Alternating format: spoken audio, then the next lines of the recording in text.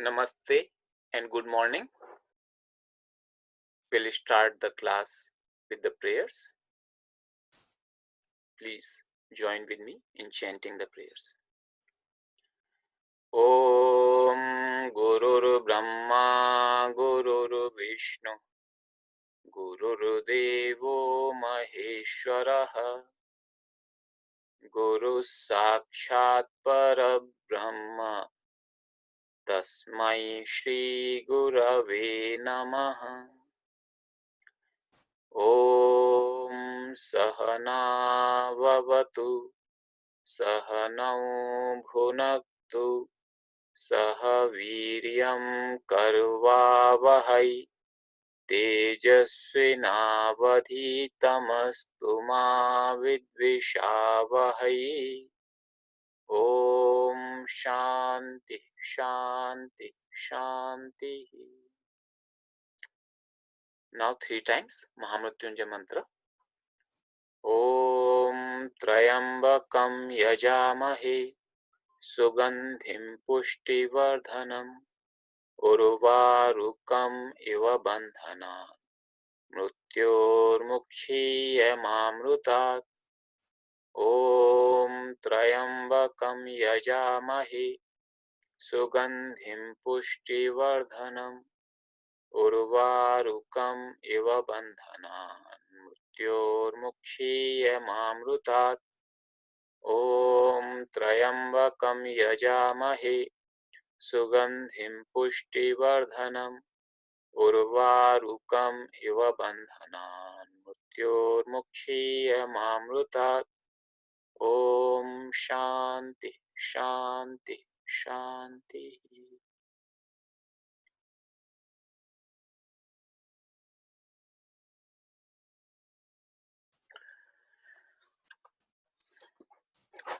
Welcome everyone.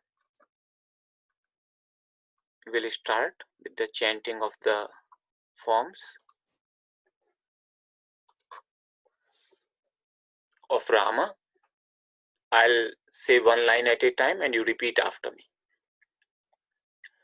Ramaha, Ramau, Ramaha.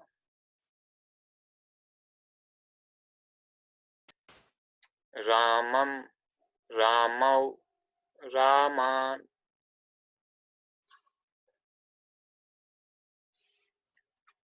Ramena, Ramabhyam, Ramaihi.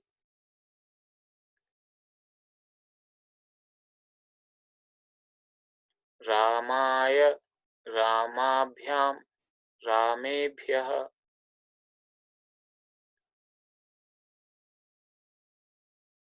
Ramat, Ramabhyam, Ramebhyah.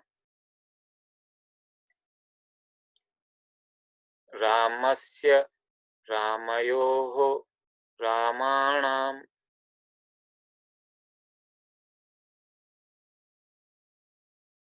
Rame, Ramayoho, Rameshu.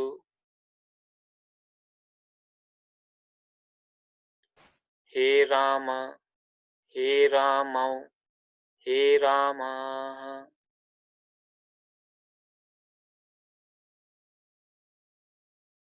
Now all together.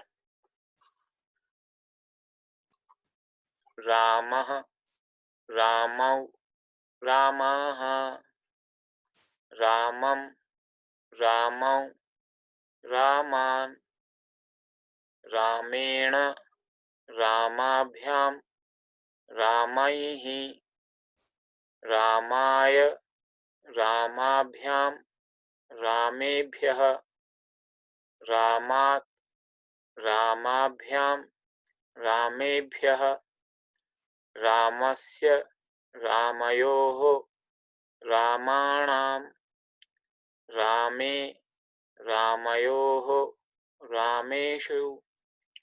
He Rama, He Ramau, He Ramaha.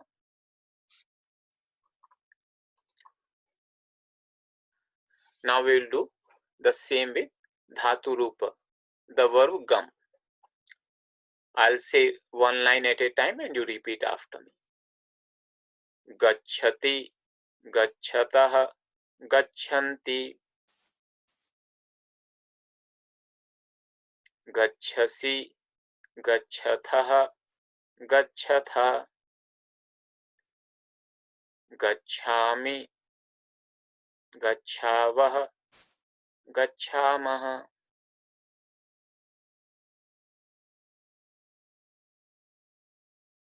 Now all together. गच्छति, गच्छतः, गच्छन्ति, गच्छसि, गच्छथः, गच्छथ, गच्छामि, गच्छावः, गच्छामः।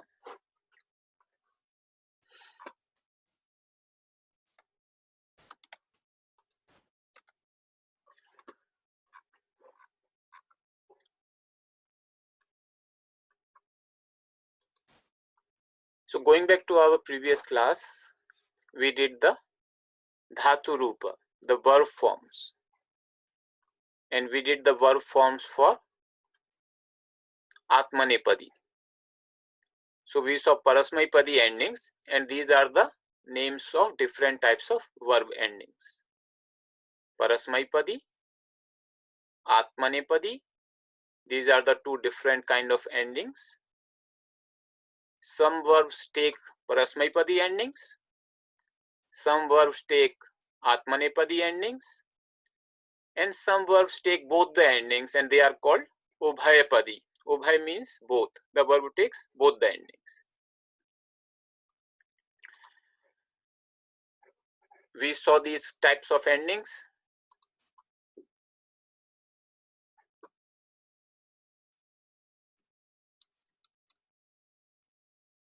Where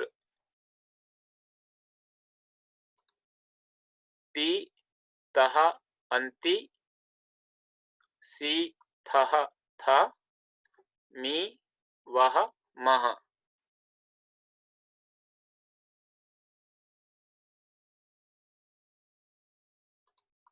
And for atmanepadi, the endings are te, ite, ante, se, ithe, dve, I, vahe, mahe. And we saw that how to apply those endings to get the actual verb forms, the ones which are used in the sentences. And I'll just quickly pull up some of those endings. So we did bhaj dhatu, and bhaj dhatu happens to be ubhayapadi. That means it takes both sets of terminations, and these are the parasmaipadi forms, and these are the atmanepadi forms. The meaning is the same. So there was once upon a time in the old Vedic time when there was slight difference in the meaning based upon whether you use the atmanepadi form or parasmaipadi form. But later on, which we call classical Sanskrit, and in which most of the scriptures are written except Vedas, the meaning remains the same. So for example, bhajami, that is the first person singular form in parasmaipadi, and bhaje is the first person singular form in atmanepadi. Whether I say bhajami or bhaje, the meaning remains the same, that I worship. So they can be used based upon author's discretion, whatever he wants to use. So these days, when you read the text, there is no difference per se in the meaning between atmanepadi and parasmaipadi. But we still have two sets of endings because that's how it has been used. So in terms of endings, we still retain those. The meaning, subtle differentiation in the meaning, that part is no longer there. Today, we will go back to our sandhi.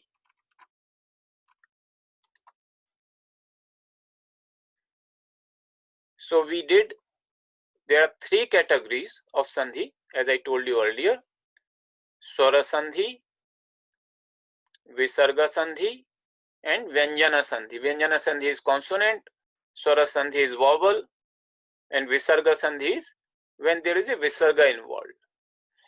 We already did Swara Sandhi in detail. Today we'll do Visarga Sandhi.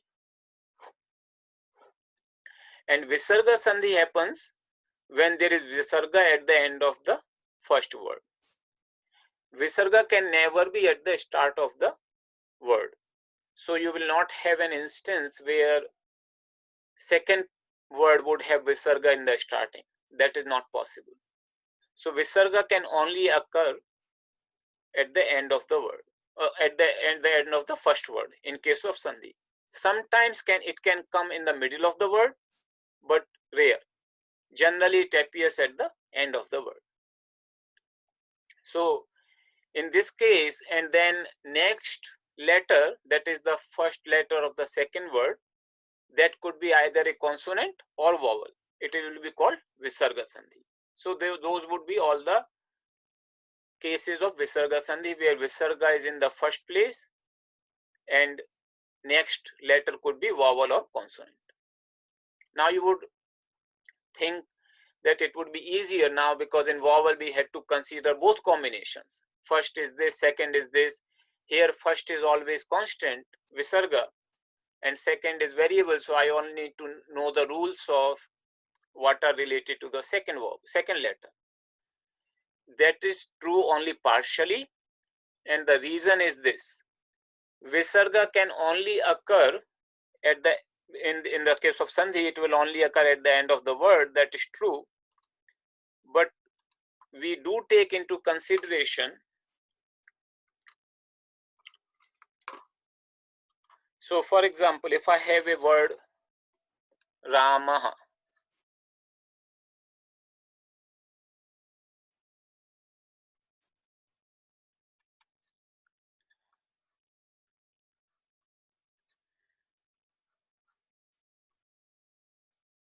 so Visarga is at the end of the word.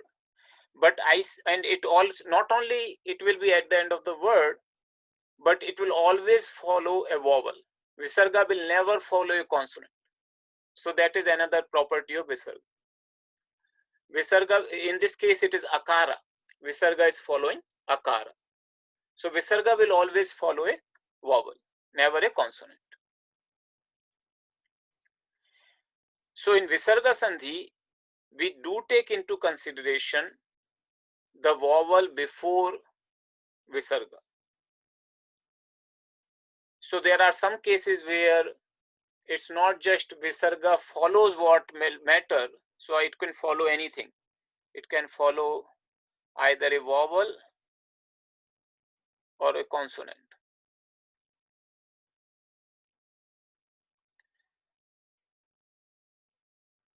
But we would also consider the cases that what is the vowel preceding Visarga that would also affect the end result.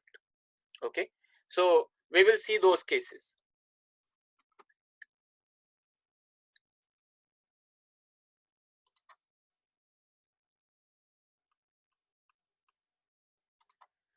So these are the Visarga Sandhi rules.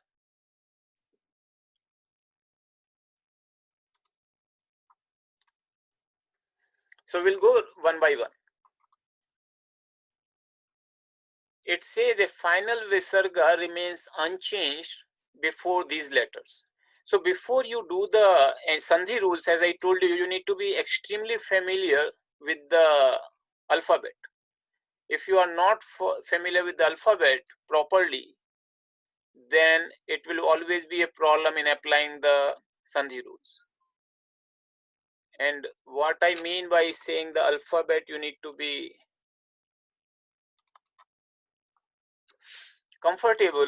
You must know that not only there are vowels and consonants, that how are they arranged. And hopefully you all have this chart because this is already posted. So vowels are simple, right? There is a short and long, and you need to know what are the short and long and what are only long vowels. But consonants, we have a lot more structure here. And the structure relates to, there's a 5x5 table. So there's a place of pronunciation. Guttural means throat. That means these are pronounced from the throat, these 5 letters. Palatal is the palate, lower palate. Cerebral is the upper palate. Dental is the teeth, and labial is the lips. So this is the place of pronunciation of these letters. Then we have this category where we say whether it is voiced or unvoiced, whether it is aspirated or unaspirated. So like this. So for all these, you need to know the structure, that where every consonant is falling, which one is first, which one is second in this group, which one is third. So we become very familiar with the alphabet. Lot of these rules would be applied when we use Sandhi. And alphabet, as you can understand, learning any language, alphabet would be the first step. So please make sure that you are very well familiar. So when I say voiced consonants, you immediately understand, oh, what does voiced consonants mean? So like that. So please become very familiar with the alphabet. It's there in the repository.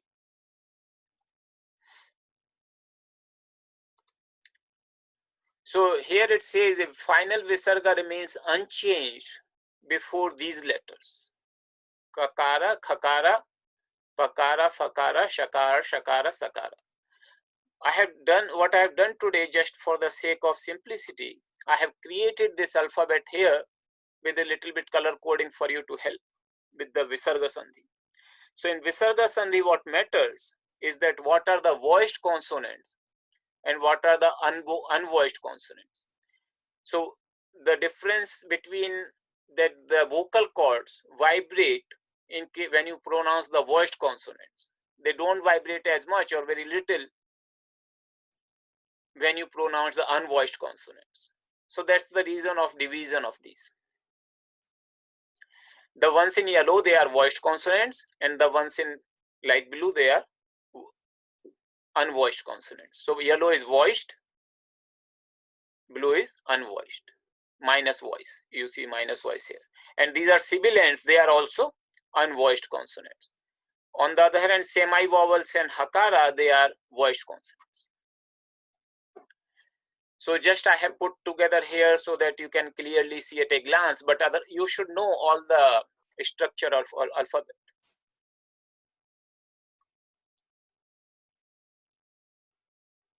First rule now you look at. A final visarga remains unchanged before these letters. That means when the second word is starting with any of these letters. So this rule actually simply is saying that there is no sandhi takes place. And that is also important to know when sandhi does not take place in case of visarga. So all other cases there would be a change and sandhi would be taking place. But in this particular case, there is no sandhi, visarga remains unchanged, and the following letter also remains unchanged. So you should understand that what are those cases when visarga sandhi does not apply. So these are the letters. So just become, again, I'll show you, they are all part of the unvoiced consonants. Ka, kha, pa, fa, sha, sha, sa. So they are all part of the unvoiced consonants. So these three shas, and then first two of guttural and first two of labial. So these are the 7 consonants.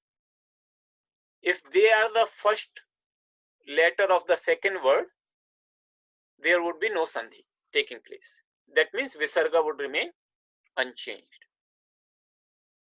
And we can see some examples from Gita where you will see that there would be, so for example here, if you look at Kshatriyaha Partha, this is Gita verse actually, 232 number you can. So just look at this letter, Kshatriyaha Partha. There is a visarga here, and the second letter starts with pa, pakara. Therefore, no change takes place. Visarga remains as it is. Similarly, when you see this letter, Kshatriya, it also start because it's a conjunct consonant starting with kakara, so it's considered starting with kakara, and again because of that the visarga does not undergo any change. Sukhinah kshatriyaha. So this rule looks like that very simple, simply because there is no sandhi taking place here. But we need to know that what are those cases when sandhi does not take place. So the second rule, a final visarga changes to a sibilant homoorganic with the following unvoiced consonants. So now the remaining 6. So we saw here that among unvoiced consonants, if this guttural and labial, these two and these 3 sibilants, if they come, the visarga does not undergo any change. But if the remaining 6, that means these 3, palatal, cerebral, dental, first 2 of these 3, they become the first letter of the second word. Then corresponding, it says, the rule says, changes to a sibilant homoorganic. Homoorganic means it changes to the same sibilant, corresponding sibilant, which is coming from the same place. So remember, there is a place of pronunciation for sibilant also. So shakara is pronounced from palate, shakara is pronounced from cerebral, that's why I have put in the same line, and sakara is pronounced from the dental teeth. So these are called the corresponding sibilants. So what does that mean is that if there is a visarga, so let's say if I have a word here,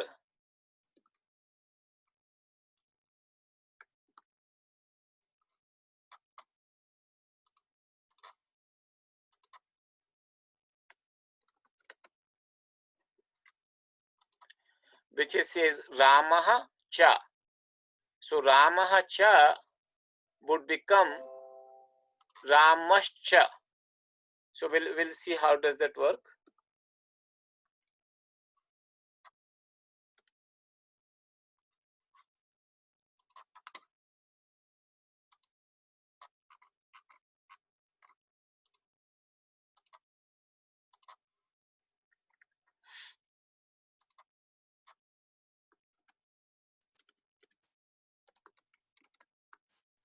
So Ramaha plus cha would become Ramascha.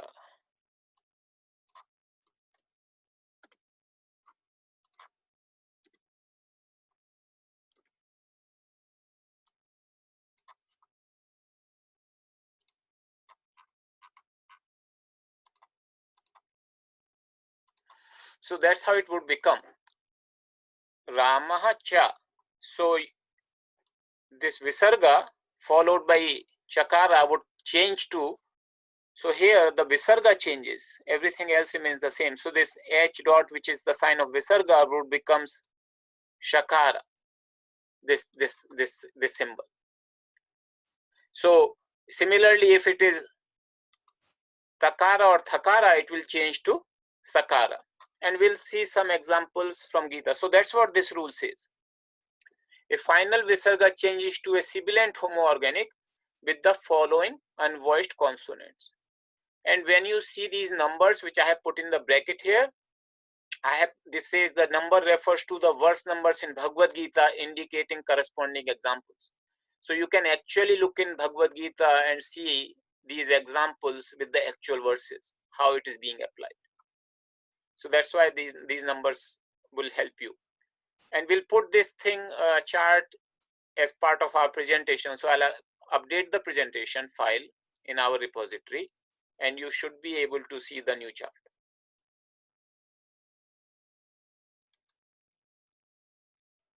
So we'll see some examples of Bhagavad Gita. And you see the same way I told you, this 1.5, Kashi Rajascha, this is the word appearing, Kashi Rajascha. So here is Shakara, it will actually, that means this is two words, Kashi Rajaha Cha. And this Visarga follows by Chakara becomes Shakara. In this example, it says Duryodhanastada. And Duryodhanastada means Duryodhanaha plus Tada. It is Takara, which is dental. So corresponding dentals Sa will come here. So that is the rule here.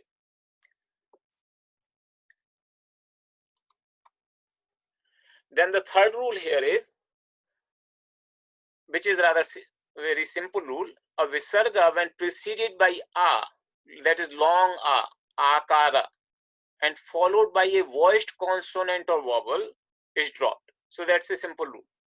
What it is saying is that, so there I have marked two vowels differently because, as I said, Visarga rule changes based upon what precedes Visarga, and they only apply to Akara, Akara, or all other vowels. So you don't have to worry about many categories, just three. So Akara, Akara, and all other vowels. So what it is saying that if Akara, this one, long A, is there before Visarga, and the first letter is any of the voiced consonants, that means any of the thing in yellow highlight, or any of the vowels, then the Visarga drops. For all other, we have already seen the rule that will apply. That means Visarga remains unchanged before unvoiced consonant. Ka, kha, pa, fa, sha, sha, sa. And before these consonants, it changes into the corresponding sibilant. Now it is the rule that if there is a voiced consonant afterwards, and Akara is the previous letter before Visarga, then the Visarga simply drops. That's the only change. The following letter, so if you look at here, we have this example. Anta vanta ime dehaha nityasyoktaha. So actual word here is deha, dehaha, nityasyoktaha, deha. So here it becomes deha nityasyoktaha. The Visarga simply goes away because Nakara, as you see, it is a voiced consonant. You see this is a voiced consonant here, Nakara. So Nakara is a voiced consonant, and as per that rule, followed by a voiced consonant or a vowel, it will drop. So the Visarga simply goes away.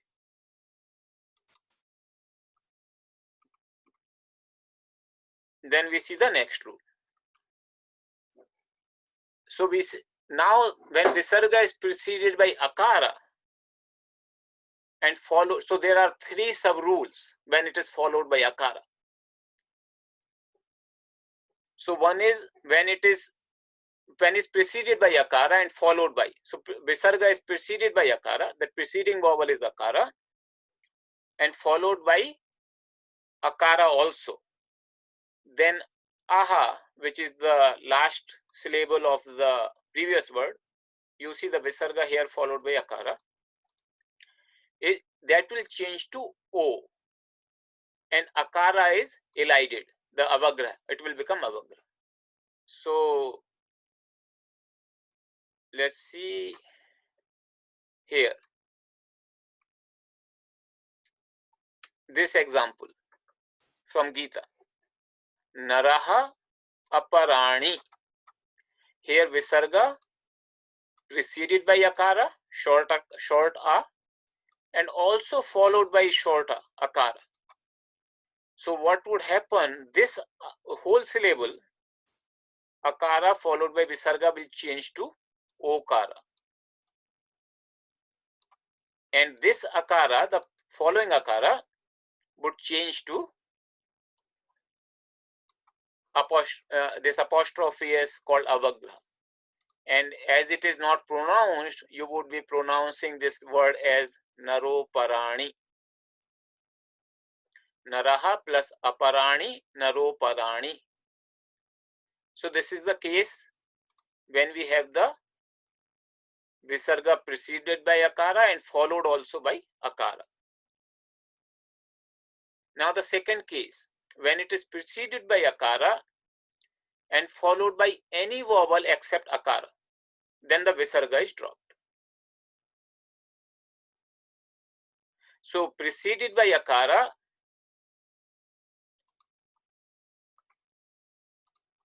and followed by any vowel other than, so any of the vowels, then the visarga would drop.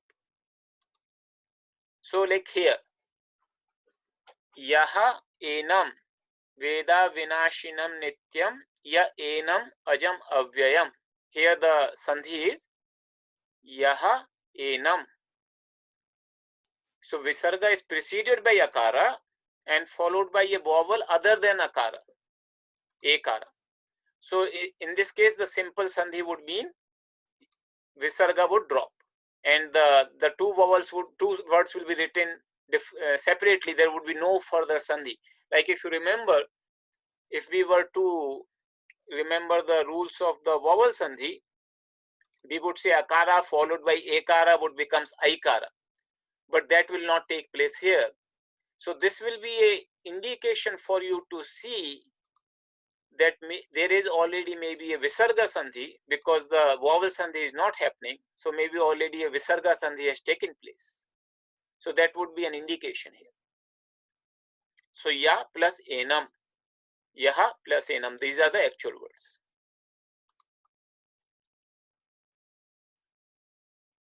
Then visarga preceded by akara and followed by a voiced consonant. Then the sequence akara and visarga, they are changed to o, and the following letter would remain unchanged. So we'll see the example of that. So like here, na chainam kile dayantyapo na shoshayati marutah. Here the word is apaha na. These are the actual words. It has become apo na. So this visarga preceded by akara followed by a voiced consonant, this thing changes into o, and nakara remains unchanged. So, and they are written separately. Apo na, they are not written as one word, they are written as two words. Apo na, there would be a space between them. So these are the three sub cases when the visarga is preceded by akara. Then the fifth rule, visarga changes to refa. This we call it as refa if it is preceded by any vowel except akara or akara and followed by a vowel or a voiced consonant. So here again, it is preceded by any of these vowels, because we already saw the case for akara and akara. So now the case is, what if visarga is followed by any of the other vowels and preceded by any of these vowels and followed by any of the vowels or any of the voiced consonant? Then the visarga changes into refa. So let's see examples again from Gita.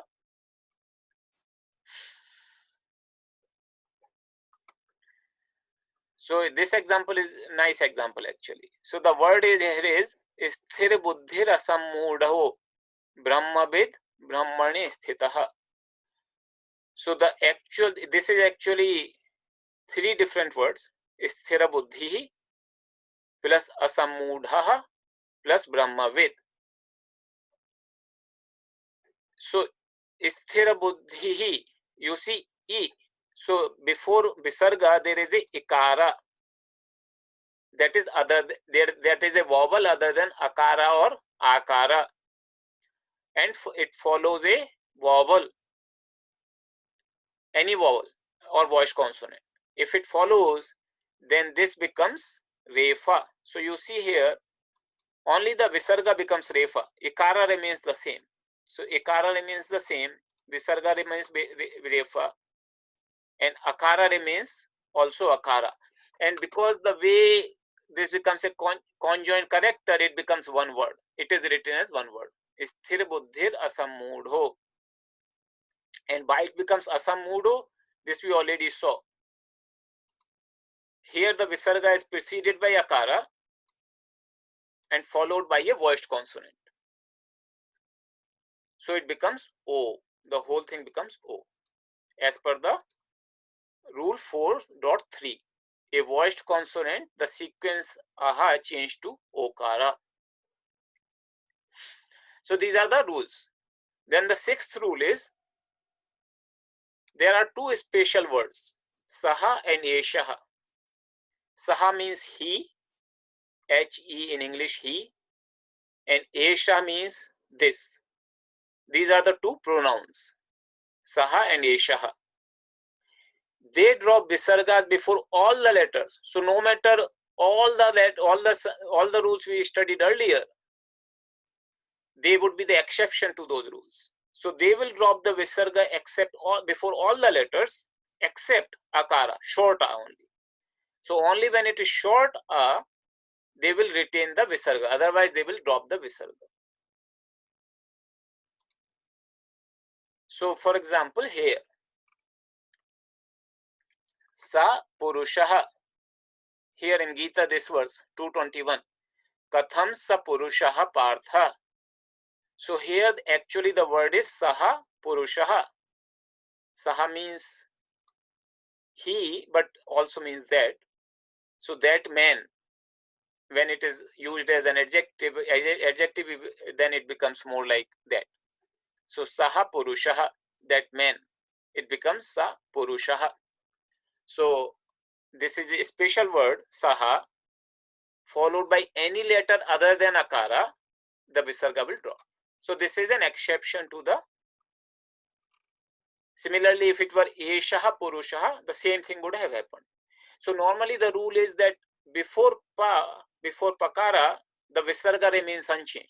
That was the general rule. If you remember, the first rule was a final visarga remains unchanged before pakara. But this is the exception where it says it will drop visarga before all the letters. So these are the rules for visarga sandhi. I hope you followed it. I will just invite any questions you have on this particular topic on related to visarga sandhi. So please write your questions into the chat window.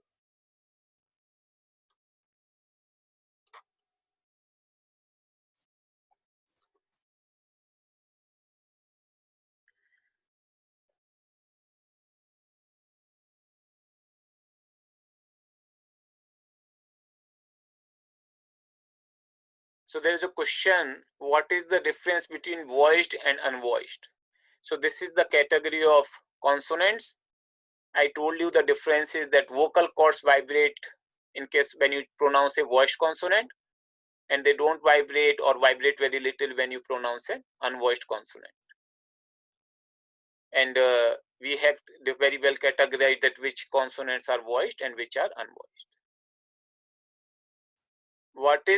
Question is what is plus ASP? So in the alphabet, I had plus ASP for some of the. So plus ASP, that is aspiration, whether the air goes out of the mouth when you pronounce this word like kha, and whether you don't exhale when pronounced. ASP stands for aspiration. So whether the letter is aspirated or unaspirated. So plus ASP means aspirated and minus ASP means non-aspirated. So these are all the alphabet. I have also given you some links for the alphabet that will help you to master the sounds of those alphabet. But please do get yourself very, very familiar with the alphabet. There is a suggestion, please slow down. We see this rule the first time. Yes, I would give you enough opportunity to practice and you should be able to pick up. Plus, this chart would be available for you. Question is there, when do words keep the space after sandhi? So I told you the cases where the words keep the space after sandhi and where the words do not keep the space after sandhi.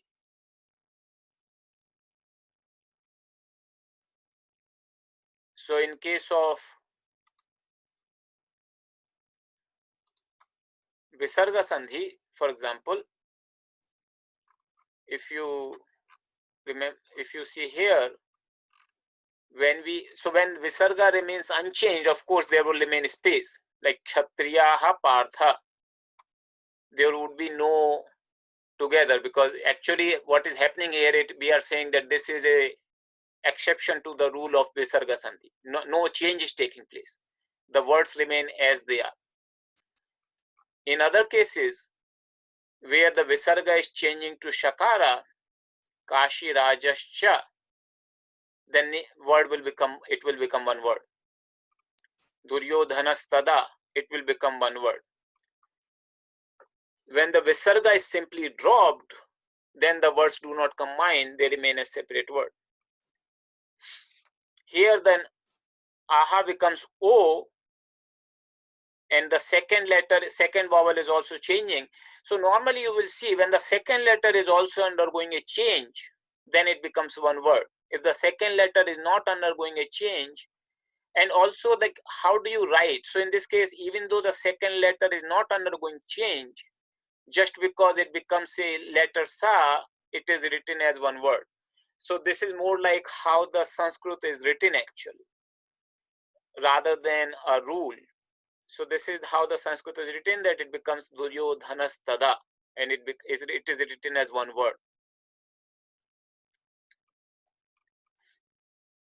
So yaha enam, here simply the Visarga drops, so there will be two words. Saha also, the Visarga simply drops off, no other change, so it will remain separate words. Here apo naha, so again they will remain two separate words. So think, if you have to remember this thing, then think of this way. If the Visarga simply drops off, then it will remain two words. If the Visarga becomes O or any vowel, then it will remain two words. When the Visarga changes into a consonant, like in this case Refa, or in the earlier case it is Shakara, then it becomes one word. That's more related to how Sanskrit is written.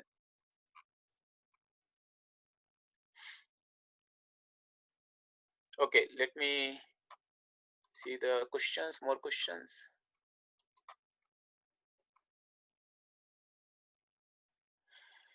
Question: there is a table in Thomas Eugene book about this Sandhi. Is it also practical to use? Yes. So Thomas Eugene book actually, let me pull up the book. It actually gives you the chart for all the Sandhis.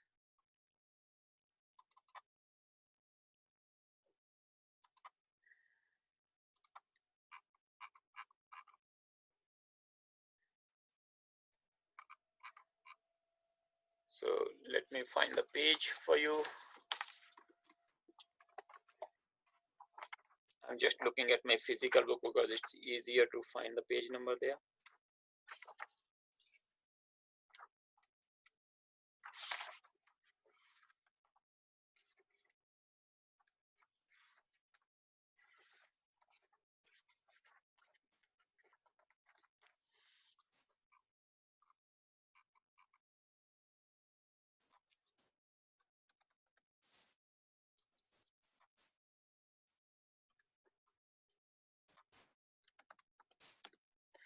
So this is the chart here. Vowel, unvoiced consonant, and voiced consonant. The chart is okay for reference, but it may not be very good to learn from. So you still learn as per the rules I showed you, and then you can refer to this chart. And he also, of course, provides the rule here. So there is a chart, and you can, similarly, there is a chart for vowel sandhi.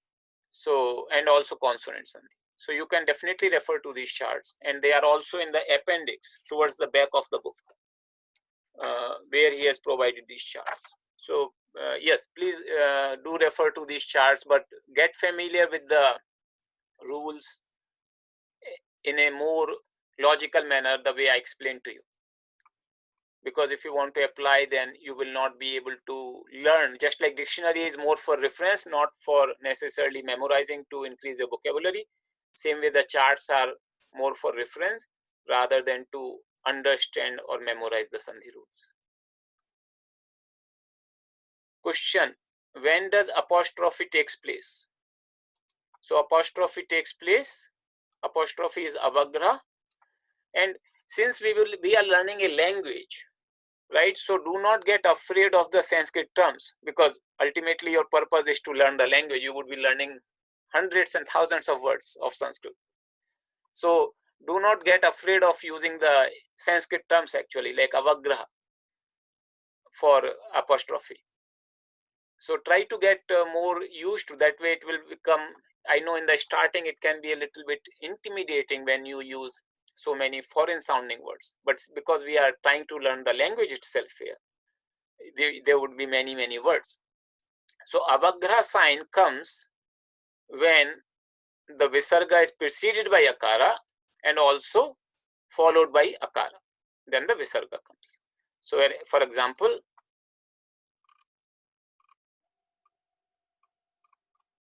Naroparani. So here the visarga is preceded by akara and also followed by akara. So it becomes, this becomes O, this sequence becomes O, and this sequence becomes avagraha, Naroparani.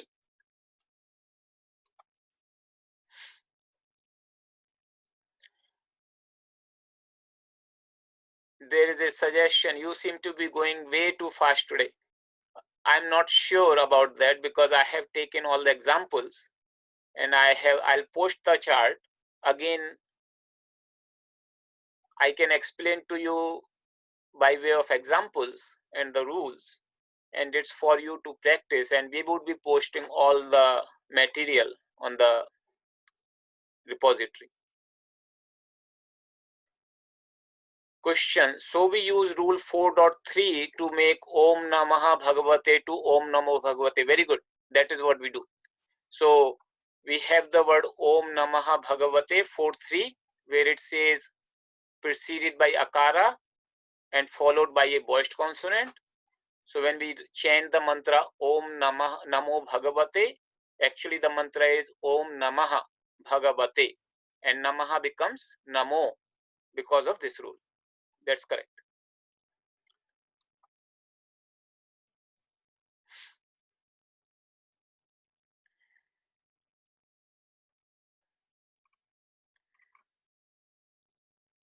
There is a question, how long will you make the materials available after this course ends? We would have the material available, but you can download once the course ends. It will still be available for some time, and you can download all the material to your hard drive.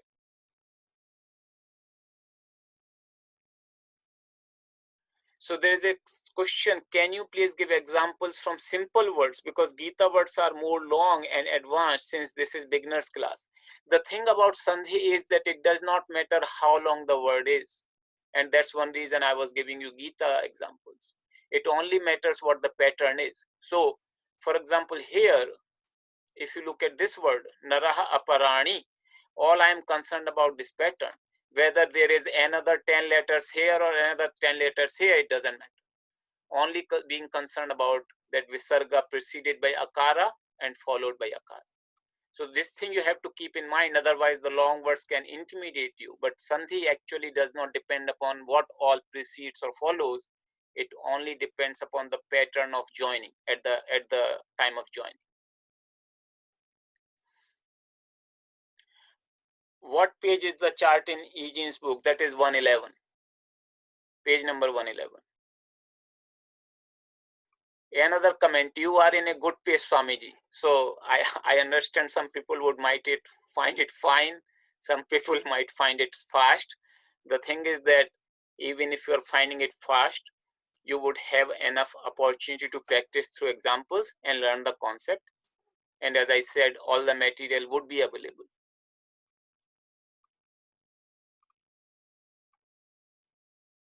Then another comment, Swamiji, I think your speed is perfect. Thank you.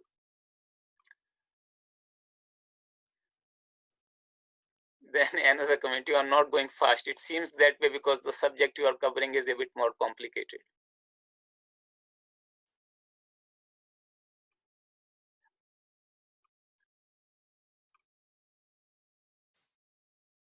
There is a question, can you please explain how Om becomes Om and is written as Om? That's how the Om is written. It's not because of Sandhi. Om is written that way only. There is a special symbol for Om.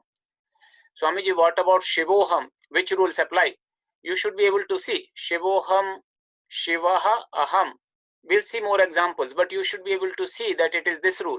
Naraha Aparani, the preceded by Akara and followed by Akara. It becomes Shivoham.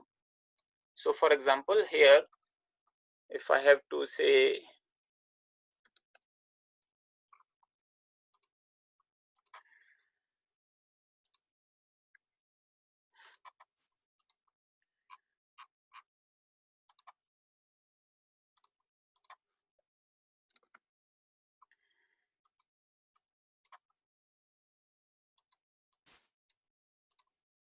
and it will be the same sequence here.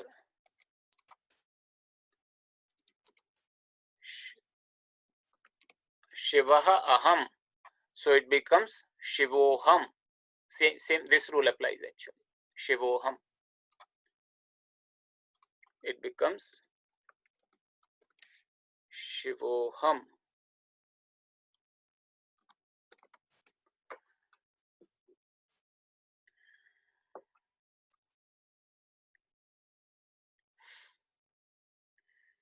There is a question. Issue with the speed is that we cannot copy the rule before you are on another screen. Okay, that you do not worry about. As I said, all the material would be on the website, and just focus on understanding right now. So I'll put this slide in the presentation, so you'll have the original rules.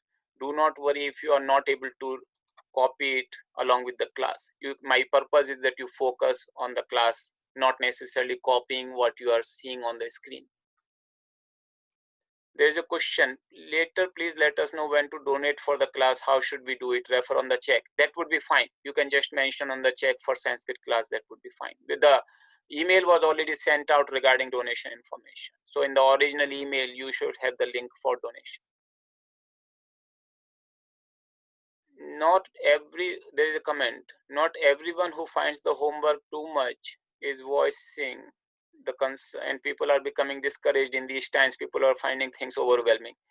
I agree with this comment that people who are not able to somehow get to the homework completely, they are finding the class too fast, because it actually builds up the concepts. And if because the previous concepts are not completely clear, it can overwhelm. There is a question. How many separate words can be combined together to make one word? If the words continue to have appropriate Sandhi rules, can we have more than 4 or 5 words joined together? Yes, it is possible. There is no particular rule that how many separate words can be combined together. As many Sandhi rules come into play, as many they will keep on applying. There is a question. So, Baba, these 6 rules will make me a week to absorb, but that is the way it is. Yes, it will not take that long for you to absorb. I am pretty sure that once you read and do the exercise, it will be pretty quick. Question, Gita 221, please clarify why ya enam does not undergo further sandhi vowel. That is the rule actually. So the question here is, yaha enam, as per the Visarga rule, the Visarga drops because it is preceded by Akara and followed by another vowel other than Akara. So the Visarga simply drops, ya enam. And then I already told you that it should have, if it were another vowel sandhi rule applying, then it should have become yainam, akara plus ekara, aikara. But we have no further sandhi here. And that is as per the rule that Panini says that once you apply this sandhi, then you will not apply this sandhi rule further. That's why. So that's how the rule is.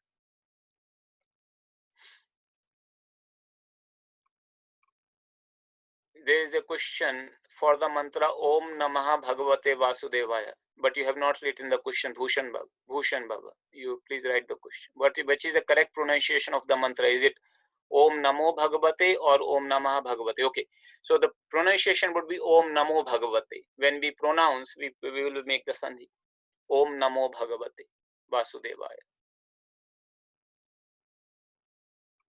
So please limit your questions to the specific topic. If you ask all sort of questions, we will get derailed. So please confine your questions right now. Later on, we'll have opportunities for other questions. But for now, please limit your questions to the topic at hand. There is a comment, exercises are really helping us apply. Thank you.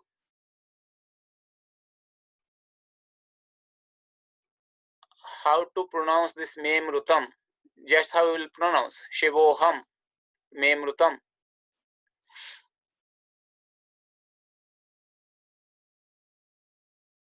There is a comment. I like how you repeat the rules many times for reinforcement. Thank you.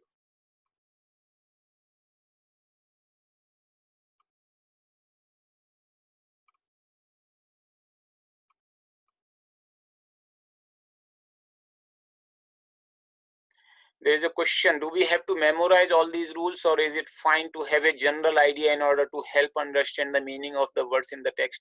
Remember, you don't memorize the rules. You just practice, you look at the pattern, then understand which rule is being applied, and automatically the rules will come to you. You don't even have to consciously recall the rule.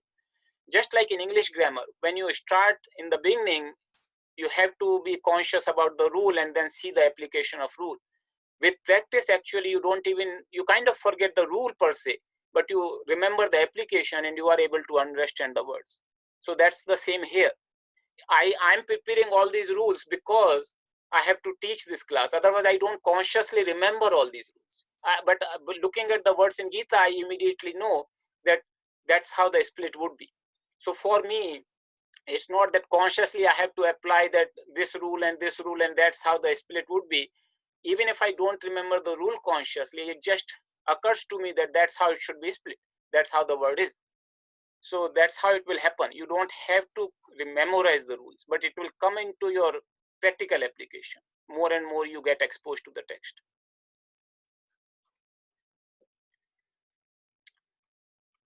There is a question. So in this case, it's Visarga Sandhi and Purva Sandhi in case of Shivoha. In Visarga, it is just called Visarga Sandhi. We don't have Visarga Purva Sandhi.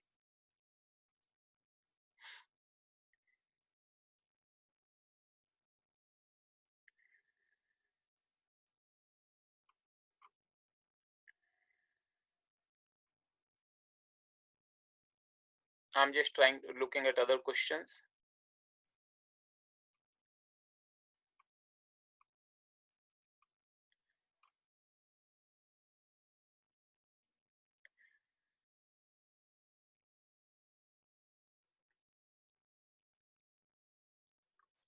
There is a question, Swamiji, please, why did you in the example write Shiva with a H, Shivaha?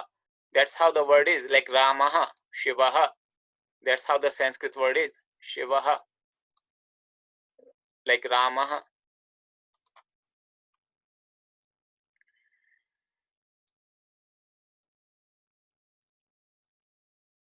So the mantra Om Namo Bhagavate Vasudevaya, it is Namo. Om Namo Bhagavate Vasudevaya.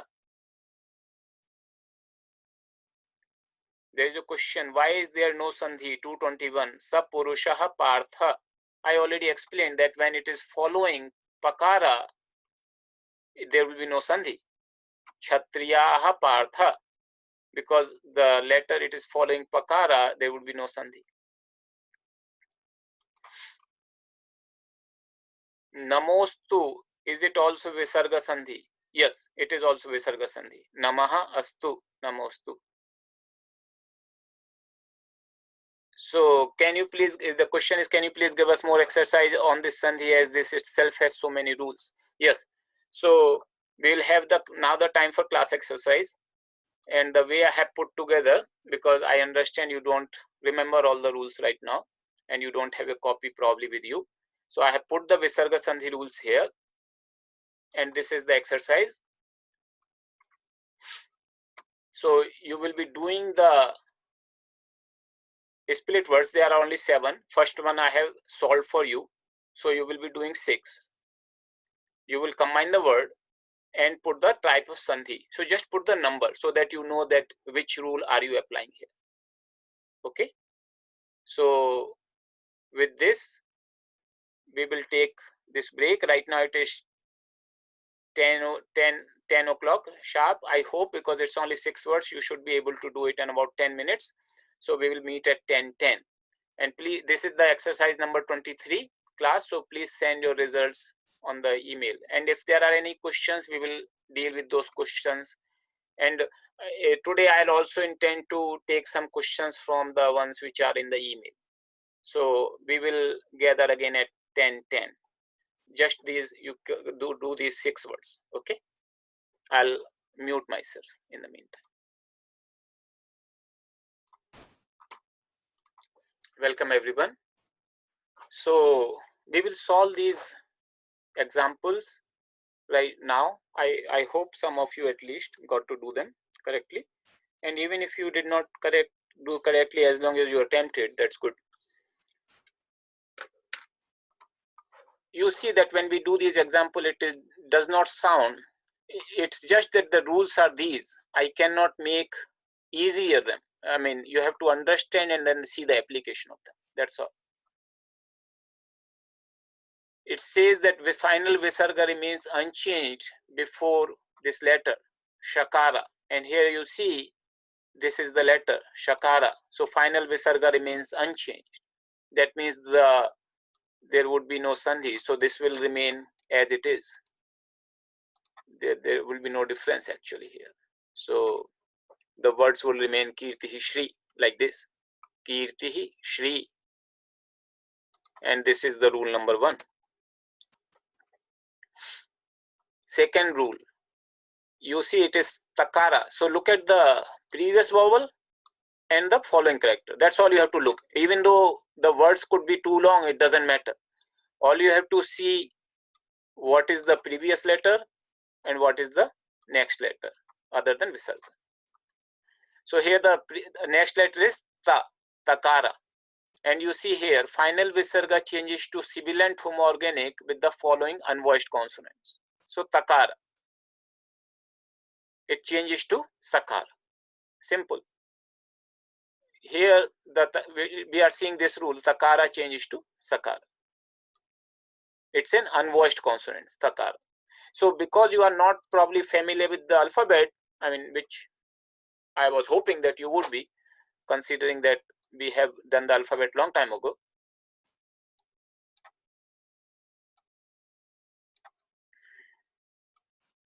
So this becomes garbhas tatha sakara. That's all. So this is rule number 2.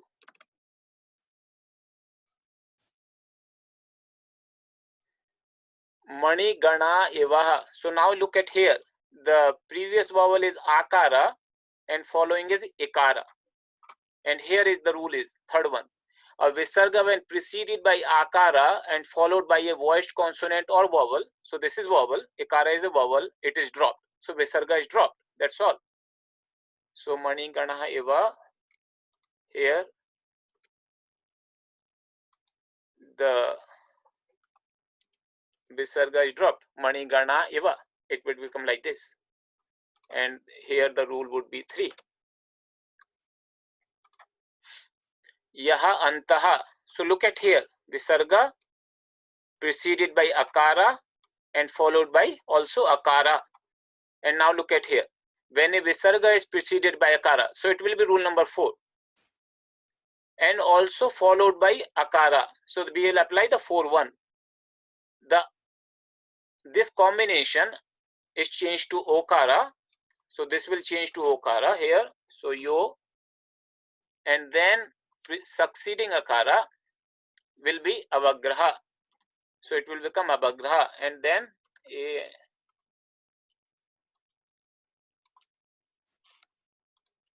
yontaha. So it will become like this. So 4-1. Now look at this word. Saha aham. Visarga preceded by akara, also followed by akara. Actually, it is the same rule. Preceded by akara, followed by akara. So this will become O. So S O, and the next akara would become avagraha. Sorry, not here. Avagraha. Soham. So this is the word soham. That's how it is coming. You might have heard this word a lot. Soham. It is actually saha aham. Saha means he. Aham means I. I am he. Soham means I am he. So that's how the word is coming. Soham. So now you can see some interesting words which you might have heard, how they are coming. Now look at this word. Visarga preceded by ikara and followed by B, bakara. Bakara is a voiced consonant. So you have to know whether it's a voiced consonant or not. So bakara is a voiced consonant. So it is preceded by ikara. So here, this rule, a visarga, if it is preceded by any vowel except akara or akara, that is correct. It is preceded by ikara and followed by a vowel or a voiced consonant. It is followed by a voiced consonant. Then it is changed to refa. So here we got the rule number 5 here, and what it is saying is that visarga will change to refa and it will become one word, because that's how the Sanskrit is actually written. So 5. So that's all. So it is not that difficult actually. Once you understand the rules, it should be pretty simple actually to apply. Okay, I'm just seeing some questions.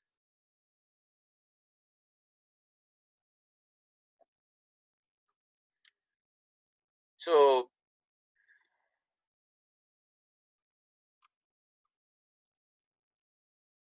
for example 6, why does rule 6 not apply? Okay, so example 6 is saha aham. Look at the rule here. It says drop visarga before all the letters except akara. Here it is akara. So that's why it does not apply. Then this rule will apply. It is preceded by akara and followed by akara. Good question. So saha, it drops visarga before all the letters except short a, akara. That's why the 6 does not apply if 4-1 applies. If it were any other letter, then yes, 6 would have applied.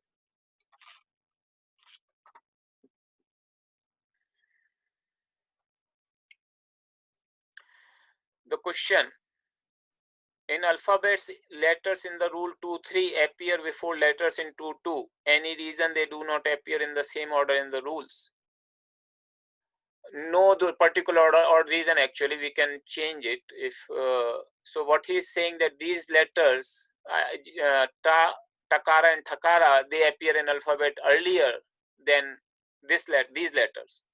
So I think that would be ideal. The reason why I did not put, because these are more common and this is much less common, third one, but we can change the order so that it will be in alphabetical order. There is no reason particularly that the only reason I put it in the end was because there are very few examples in the third case of the second rule.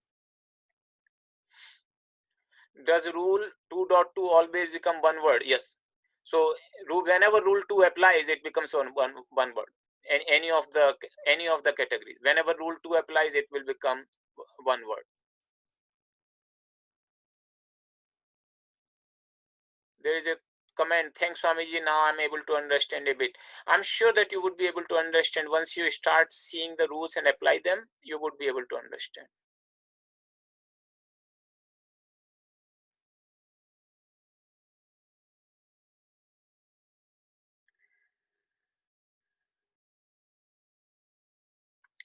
Rule number 3 does not state we do not join. How do we know not to join? It says the visarga is dropped. That's all. Visarga is dropped and the words do not join. So I can write separately. So if you look at rule number 1, no change. So words will remain separate. Rule number 2, it will become one word. Rule number 3, visarga drops. It will remain two words. Rule number 4, only the one when the succeeding letter is also elided becomes one word, otherwise it will remain two separate words. Rule number 5 will become one word. So I'll write it when it becomes one word, when it becomes two words in the rules. If that's what will, maybe that's what will help you, some of you. Soham is one or two words, only one word. Soham is one word. Words preceded and before can cause confusion. Any other ways of expressing? Preceded and before is the same thing. I mean, how else do you want to express it? So something is precedes and something follows. Something is before and something is after. So whichever way it helps you to understand, you understand. The terminology is less important. The words, the understanding is more important. In English, simply precede, when we say something precedes, it means it's before. Something follows, it means it's after. Okay, so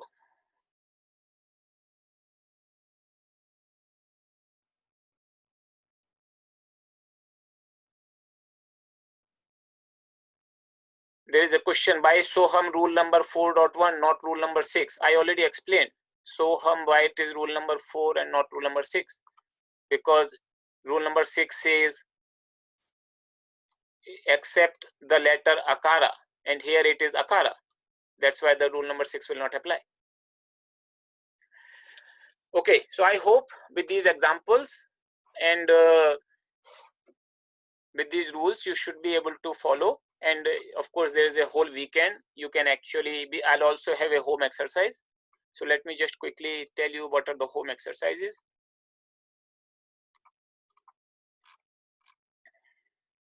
So one is, this is the one exercise. So this is basically all the words. There are 40, and you can, just like what we did in the class, you join the word and write the Visarga Sandhi rule. Okay, so this will further help you to understand the rules. All these words are from Gita. So if you are familiar with Gita, you should start able to recognize those words. In order to apply the rules, you don't have to know Gita. You just have to see the previous letter and the following letter, and you can apply the rules. Okay, so this exercise will be posted on the repository. And then there is another exercise, which is simply lesson 9 from Thomas Egan's book. You do the exercise. Please study the lesson and do the exercise from lesson 9.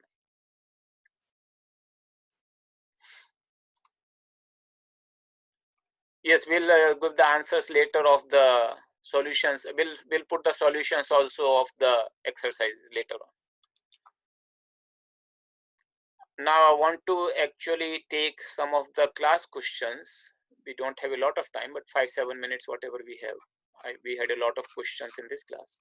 So we did till 32.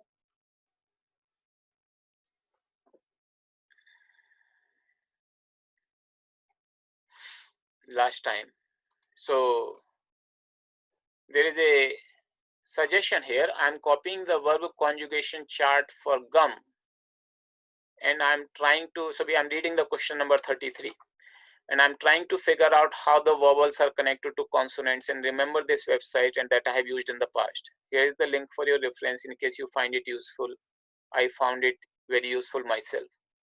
So if somebody finds it useful, they can use it. I somehow could not, I am fine with whatever you find it useful. This is a website for typing in Devanagari, something like Sanskrit. So, but Sanskrit allows both Roman script and Devanagari. So that's why I like that tool, Sanskrit, which I have already shared with you. I'm copying second chapter shlokas, how to differentiate between ta, this is a conjunct consonant, and tatta, letters. I know how to write Hindi letters. That's all I know. I can read, but don't understand. Sanskrit too looks more little different than Hindi letters. How can I learn Sandhi letters? So basically the question is related to conjunct consonants. When two consonants come together in Devanagari, the shape changes. I have already posted the link how to practice conjunct consonant. You can look at that link and practice those conjunct consonants. Pronunciation for the verb conjugations. Some of the differences in pronunciation are really similar, but there are subtle differences. I'm afraid by just working on the written form, I'm not picking it up properly, even though I try to pronounce it. It's hard to know if I'm making a mistake and building a wrong habit. For example, the dual third person, dual second person, and plural second person are all very similar, though I know there are differences in the emphasis. Would it be possible to give us an audio recording? So now we are actually, one of the reasons why we are every day chanting those tables. I hope this question would be resolved. By now you should have picked up those subtle differences in the pronunciation of the words in the tables. So this is related to the verb table, that how to pronounce the different words properly. There is a question, Gachami, is this the same word used in Buddhist prayer? Buddham Sharanam Gachami, I go to Buddha for refuge. That is correct. It is the same word. Gachami, I go. So I go to Buddha. Buddham Sharanam Gachami. Vedic versus classical Sanskrit. Will we be going into the key differences between these two? If I want to understand some of the meanings of Vedic chants, will classic Sanskrit be helpful? Yes, it would definitely be helpful. Vedic Sanskrit just has a little bit more depth, or you can say variety, in addition to classical Sanskrit. But most whatever you learn in classical Sanskrit would be useful in learning the Vedic mantras of meanings of Vedic chants also.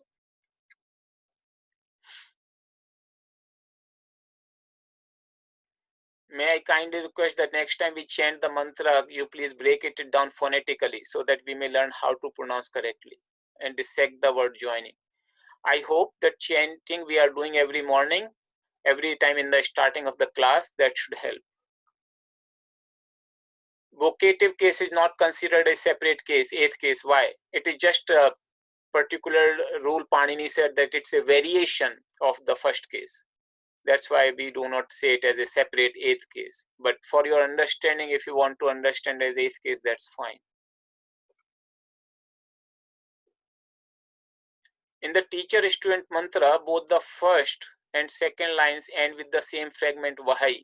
However, why does the pronunciation sound different? The second verse ends with a bit of prolonged E sound at the end. So I'll just take you to this link here. And this is the mantra we are talking about actually here. This is in Devanagari because I can show you the accents. So in Vedic chant, there are accents.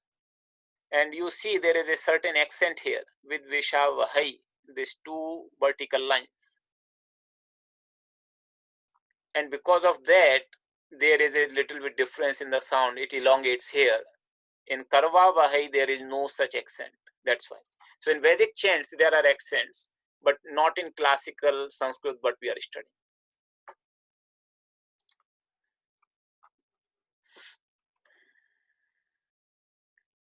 This question I have already answered. Observe our 3x3 table and notice all the 9 words start with Gacha and then endings differ.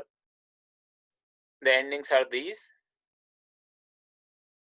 The question is, why does it not become a long Gacha, Anti, Gachanti? I have already explained. These are the certain rules which apply specifically to the verb table here. And because of that, Panini said that in this particular case, that other rule would be applied and it will not become Gachanti. It will remain Gachanti. Similarly, it becomes elongated here, Gachami, instead of Gachami. So this we have already talked about. I hope that part should have been okay. So with this, I would just see if there are any questions in the chat window.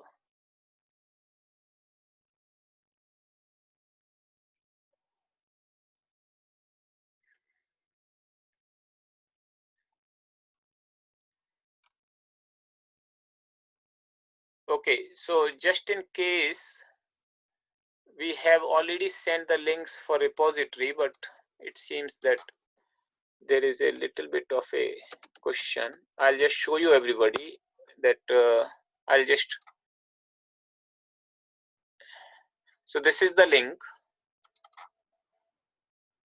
and there are 4 folders, and you can refer to the class notes. If you truly go back in this weekend to all the class videos, notes which you may have missed, you will not find today's class actually hard.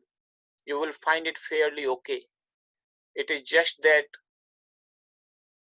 if you have not caught up, then yes, I can understand. For example, an alphabet, some questions are what is voiced consonant. We have already explained that. What is voiced consonant? What is unvoiced consonant? What is vowel? What is consonant? So what is sibilant? So all those questions, yes, they can become a little bit difficult, but otherwise it should not be really difficult. The rules are not so difficult actually. So I'll just put the repository just in case anybody who is not having direct link to the repository, even though it's there in the Kriya Yoga website, but I'll just put it here so that everybody can have it for this. This is link for repository. Okay.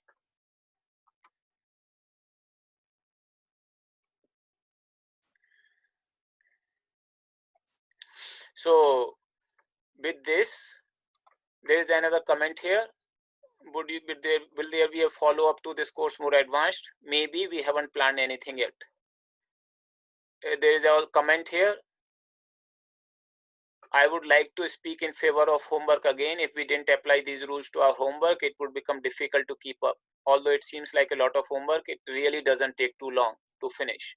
It also is helping us seeing various ways to apply the rules. Thank you. I really like the way you are organized. Thank you so much. There is a suggestion from someone, maybe you can paint 3 or 4 Devanagari letters each class. This class is not about teaching Devanagari letters. So I have already posted the links. And as I said, Devanagari is not a mandatory requirement for this beginners class. I have already posted a link for those who want to learn Devanagari, including the pronunciation. So please follow those links and you would be able to practice your Devanagari skills. With this, we will close the class, and you please do the exercises, catch up with whatever you left out. Remember, this Sanskrit is a language. So any language, just like any language, if you do not keep up, the newer concepts will come and then you will feel sort of left out and you will feel overwhelmed. But if you are keeping it up, then what we are covering is quite important, no doubt, but it's certainly not, in my opinion, not overwhelming actually. And also I'm hoping that when I'm asking you to solve the exercises from EGINS, you are reading those chapters and solving those exercises. So please, please do that. Okay. So with this, we'll do the closing prayers all together. Sarve bhavantu sukhinah, sarve santu niramayah, sarve bhadrani pashyantu, ma kaschid dukkha bhag bhavet. Om Purnamadaha Purnamidam Purnat Purnamudachyate Purnasya Purnamadaya Purnamevavashishyate. Om Shanti Shanti Shanti. Thank you. Thank you everyone.